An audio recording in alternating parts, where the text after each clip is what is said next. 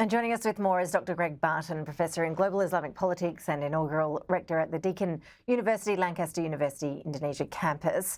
Greg, always appreciate your time. Thank you. What do you suspect that would look like, an expanded ground offensive in Gaza?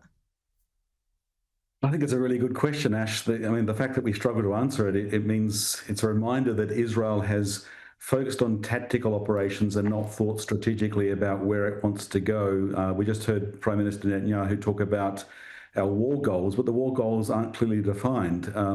No one who works in counterinsurgency ever suggests that the practical way forward is to completely eliminate the insurgents. That's not achievable. So 85% of the Gaza Strip destroyed in terms of infrastructure. No doubt Hamas still has tunnels. That will be a priority.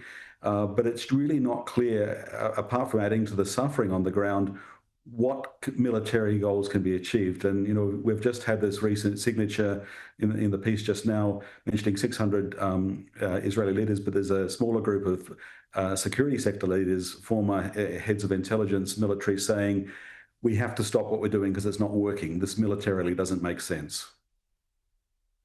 You mentioned the bloodshed that we'd expect to see on the ground. Do you expect that it would also put those Israeli hostages still there at even greater risk? Yeah, we've been hearing now for 22 months of fears of hostage families, but it's gotten more intense recently. They're in a miserable situation. Hamas is a horrible enemy, and it has no scruples. That we must acknowledge. It's a terrorist group, but also the conditions of constant bombardment mean that we suspect many of the hostages have lost their lives simply by being caught in bombardments. And any intensification of military operations now, whether through accidental or intentional impact, is going to imperil the safety of the hostages. And so many hostage families are saying, we don't really think the Prime Minister prioritises our hostages. He talks about them, but if he really prioritised them, he'd be doing things differently. And we know those families have been putting immense pressure on Netanyahu. How shaky do you think the ground is for the Prime Minister politically? Is support fading broadly for him within Israel? Yeah, actually, the social polling is pretty clear. He's way underwater in terms of net popularities, net negative popularity, particularly with younger Israelis. The Prime Minister, Bibi Netanyahu, is riding a tiger. He's scared of dismounting the tiger for fear of being eaten by the tiger. And you can sort of understand he's facing court cases. He's hanging on for political survival with an extreme right-wing, radical extremist government. Ministers like Ben-Gvir and Smotrich sort of really hold the keys for him, so he's giving into them. One thing about Netanyahu, he's a very canny politician, a great survivor, but he's never been a great strategician. So in the absence of his own strategy, he gets pushed in the direction of those who are using leverage over him. And that's producing very tragic results for everyone at the moment. And are we seeing any signs that Donald Trump is perhaps starting to run out of patience with Netanyahu as well? Yeah, Donald Trump is an interesting character because, any simplistic assessment sort of misses some important truths. Clearly, Donald Trump is a very visual thinker. So when he sees television imagery in particular, he understands television very well. And the evidence suggests that when he sees emaciated, suffering children, he is genuinely moved by that and he cares about that. I mean, you wish he sort of thought about it more beforehand, but, at the moment, this seems to be getting through. And he does show signs of running out of patience with Netanyahu, just as he's running out of patience with Vladimir Putin on a different front.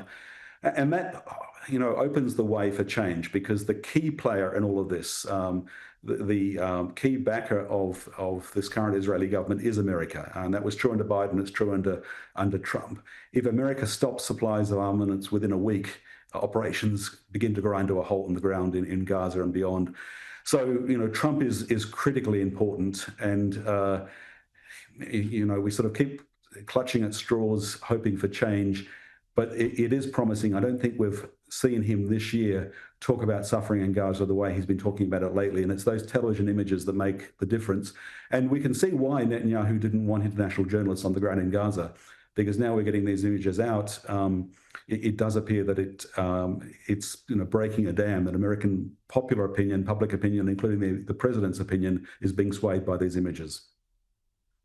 And what about neighbouring countries? How would they be likely to react if we do see this expanded military offensive in Gaza? Well, the whole backstory there, Ash, is that the extremists in this government want ethnic cleansing. They want to move, 2+ million people out of Gaza into where? Well, into Egypt, into Jordan. And of course, the neighboring countries know full well if that happens, that they'll be blamed and they'll be stuck with the problem forever. There'll be no end to it.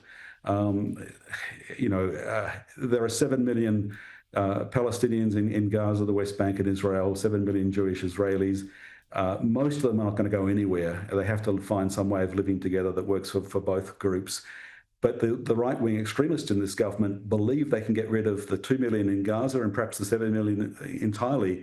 And of course, neighbouring countries say, well, the only way you can do that, it'll come at great human cost and abuse of rights, but also we will bear the burden. And you look at the number of Palestinian refugees in Lebanon, in Jordan, and beyond, and that's the lesson of history. So they're quietly fuming, but they're sort of careful about what they say in public. Professor Greg Barton, I appreciate your insights. Thank you.